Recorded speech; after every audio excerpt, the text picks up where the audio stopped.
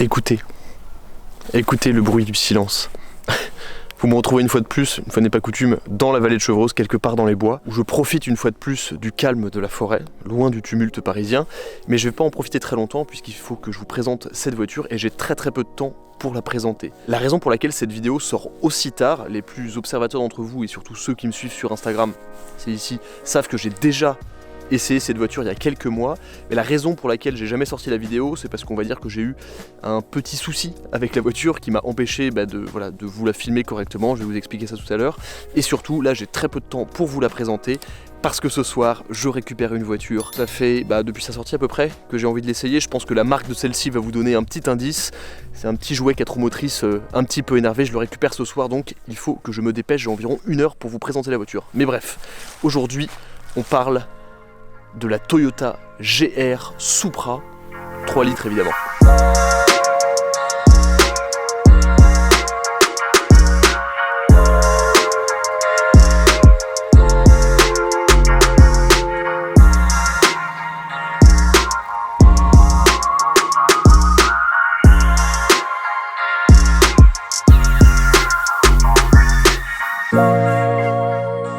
Ok, c'est parti. Alors bon, ça va être un peu rapide, mais il fallait que je vous en parle de cette Supra. Il fallait que je vous en parle parce que bon, même si, comme c'est régulièrement le cas, je suis toujours un peu le dernier à essayer des voitures qui sont sorties depuis 2 ans, la Supra, c'est toujours une voiture qui m'a intrigué.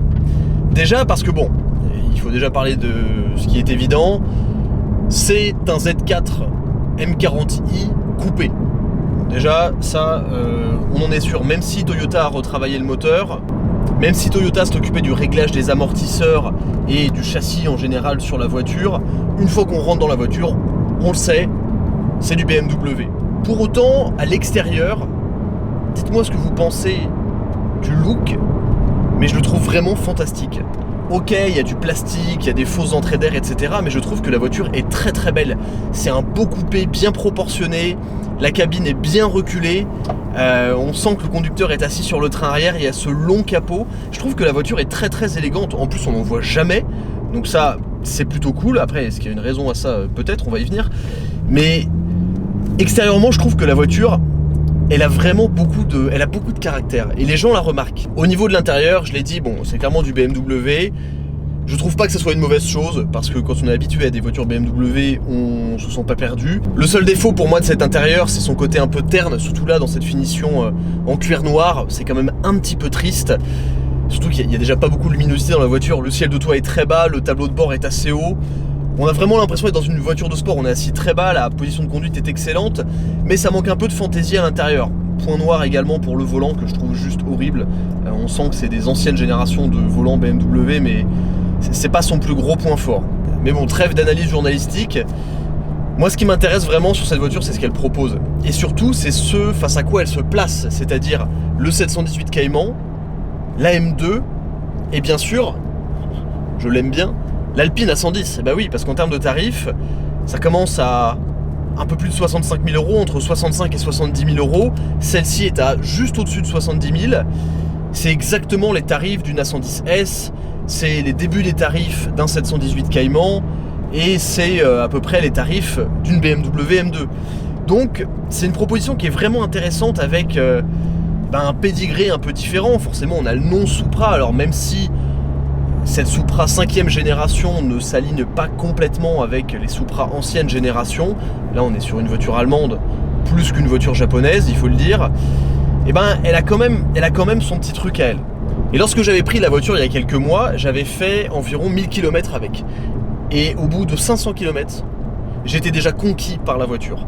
Je trouve ça génial parce que, en dehors de son côté exclusif, en dehors de son côté bien fini, pratique, élégant, c'est une super bagnole à conduire. Et avant d'être une super bagnole à piloter, c'est une super bagnole à conduire. C'est-à-dire que c'est une GT, mais fantastique.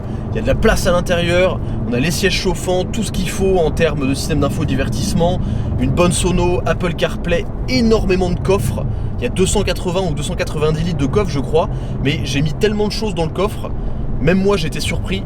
Rien à voir avec une Alpine A110, voilà, c'est vraiment une catégorie différente. Et la voiture, là je suis en mode tout confort, et d'un silence, d'un confort.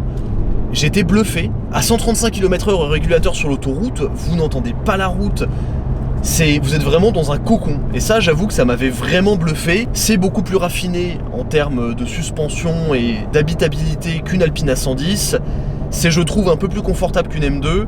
Et même si c'est plus confortable qu'un Cayman, on n'est pas du tout au niveau de la finition d'une Porsche. Hein. Ça, il faut quand même le dire. Et d'ailleurs, quand j'ai utilisé la voiture, la raison pour laquelle j'ai pas pu vous sortir l'essai, c'est parce que sur le deuxième jour où j'avais la voiture, en fait, en rentrant sur une petite allée, le nez de la voiture a glissé sur une énorme plaque de gravier. Et du coup, en fait, je me suis mangé un fossé littéralement à 1,5 km/h. Et tout le pare-choc avant de la voiture était abîmé, et surtout la lame noire qui part sur les côtés était abîmée à cause de l'herbe en fait qu'il a attrapé. C'est pour ça que j'ai pas pu vous sortir les images, parce que ça se voyait vachement sur la voiture. Malheureusement, ce genre d'accident arrive. Toyota ont été vraiment adorables avec moi pour gérer ce problème. Mais bref, du coup, comme je dois récupérer, je vais vous le dire, la Yaris GR ce soir, j'ai demandé si je pouvais juste emprunter quelques heures la Supra pour pouvoir vous dire ce que j'en pense. Bon, mode sport. Déjà on entend un petit peu de sonorité. Ce moteur, ce 6 cylindres en ligne turbo 3 litres, c'est celui qui équipe les moteurs 40i de chez BMW. Et dans cette version, développe 340 chevaux, 500 Nm. Et 500 Nm, je vous jure qu'on les sent, ça fait presque toute l'âme de cette voiture, cette puissance, enfin ce couple plus exactement. 0 à 100 en 4 secondes 3, 250 km/h de vitesse de pointe, on y arrive très très vite. Boîte ZF8 rapport, bien sous tous les rapports, sans mauvais jeu de mots. En mode automatique, en mode confort, elle passe très bien les rapports. En mode manuel, plutôt en mode séquentiel avec les palettes, elle est parfois un petit peu lente, mais honnêtement ça fait parfaitement le job. Et déjà rien que là, je suis déjà en train de cruiser à des vitesses qui sont déjà illégales. Parce que la voiture, elle a un châssis et une conception qui est tellement bonne pour faire de la route qu'on se rend même pas compte qu'on va vite. Et ce moteur, vraiment, c'est... Je vais me mettre en mode manuel, mais c'est vraiment une tuerie. Deuxième.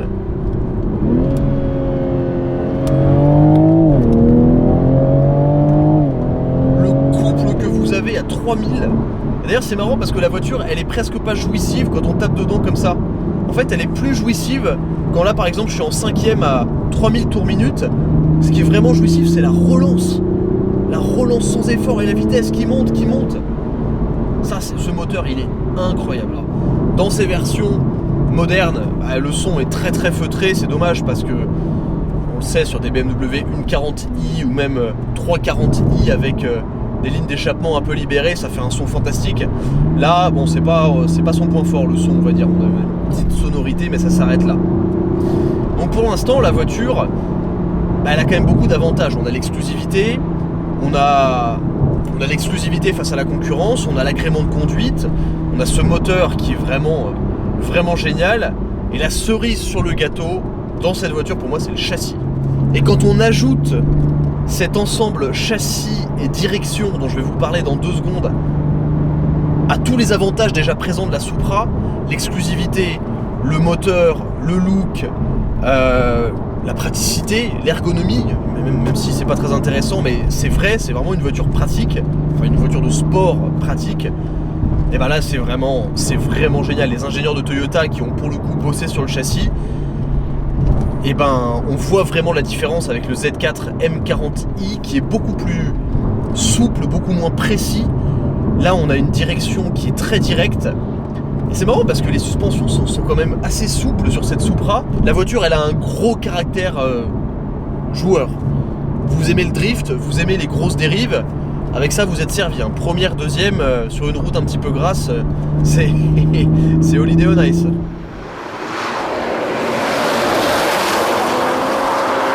Cette voiture, lorsque je l'avais essayée la première fois,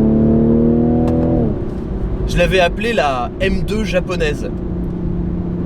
Parce qu'en fait, avec tout le couple qu'il y a sur le train arrière, la voiture, elle a souvent envie de danser quand même.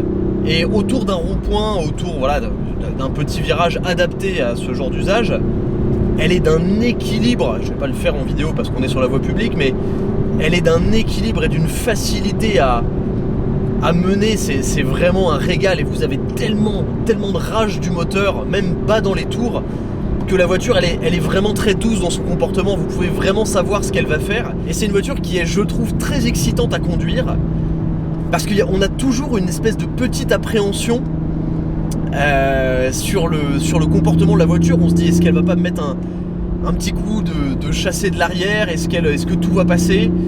Et surtout, moi, ce que j'adore, et en ça j'ai l'impression de retrouver un petit peu les sensations de feu mon Z3M coupé, c'est comme on est vraiment assis sur l'arrière, en fait on sent qu'on est un peu déconnecté du train avant, et lorsqu'on tourne le volant, et ben on sent qu'il y a d'abord l'avant qui tourne et ensuite l'arrière, et comme on est assis complètement sur le train arrière, et ben on sent cette voiture qui vit un petit peu, et ça je trouve ça très sympa et très excitant, parce que on a vraiment l'impression que l'arrière vit, et avec tout le couple que les gommes arrière, qui sont assez larges quand même, se prennent dans la tronche, et ben on a toujours l'impression que la voiture elle est un peu en train de bouger, et ça c'est vrai que ça la rend vraiment très très excitante à conduire.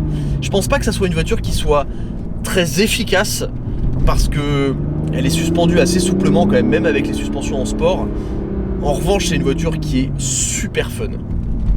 Les freins sont vachement bons, il y a une bonne attaque et un très bon feeling.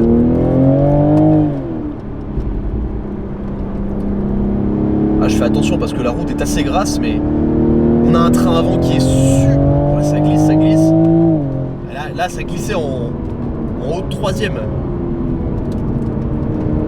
Je fais attention. Ah oui, on sent l'arrière qui glissouille un petit peu là.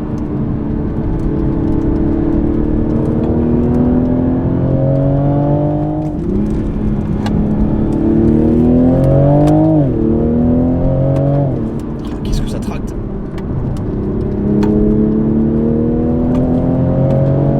SP qui régule à plus de 100 km/h.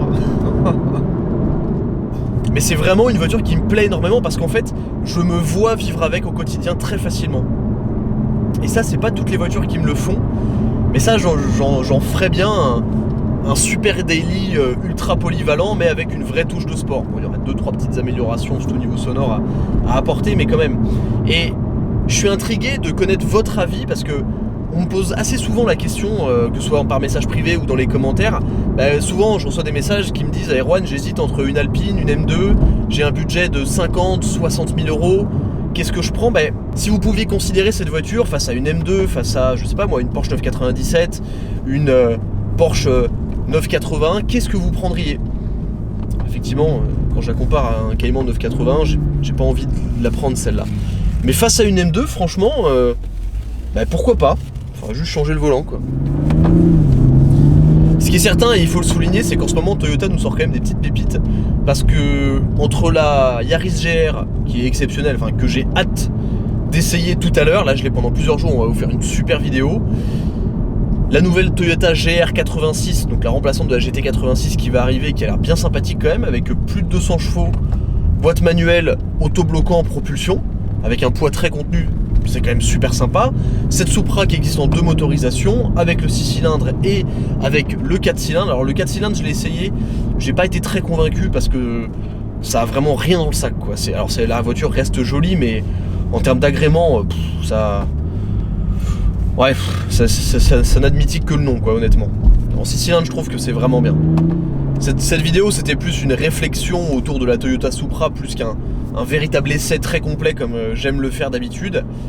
Mais il y a plein de choses qui sont un peu bizarres sur cette voiture. On sent qu'elle a une vraie crise d'identité, et en même temps, si le partenariat avec BMW n'avait pas été fait, elle n'existerait pas. Est-ce qu'on est content qu'elle soit là? Bien sûr que oui. Est-ce que c'est une bonne voiture? Oui, vraiment. Et c'est même plus qu'une bonne voiture, c'est une voiture qui est surprenante. Et moi elle m'a surpris, parce que je m'attendais à quelque chose d'assez banal, et finalement j'ai adoré. Donc elle mérite vraiment qu'on s'y intéresse, cette Toyota Supra. Et moi c'est une voiture, c'est drôle, mais ça me fait rire de dire ça, mais c'est presque une voiture que je me verrais considérer. Vous voyez, pour remplacer une Alpine par exemple, juste avoir quelque chose de différent. Enfin bref, qui sait ce que l'avenir nous réserve. Merci d'avoir regardé, à très vite sur The Glove Driver. Et prochaine vidéo, vous me retrouvez dans un petit machin 4 roues motrices qui va très très vite. Allez, à la prochaine, ciao.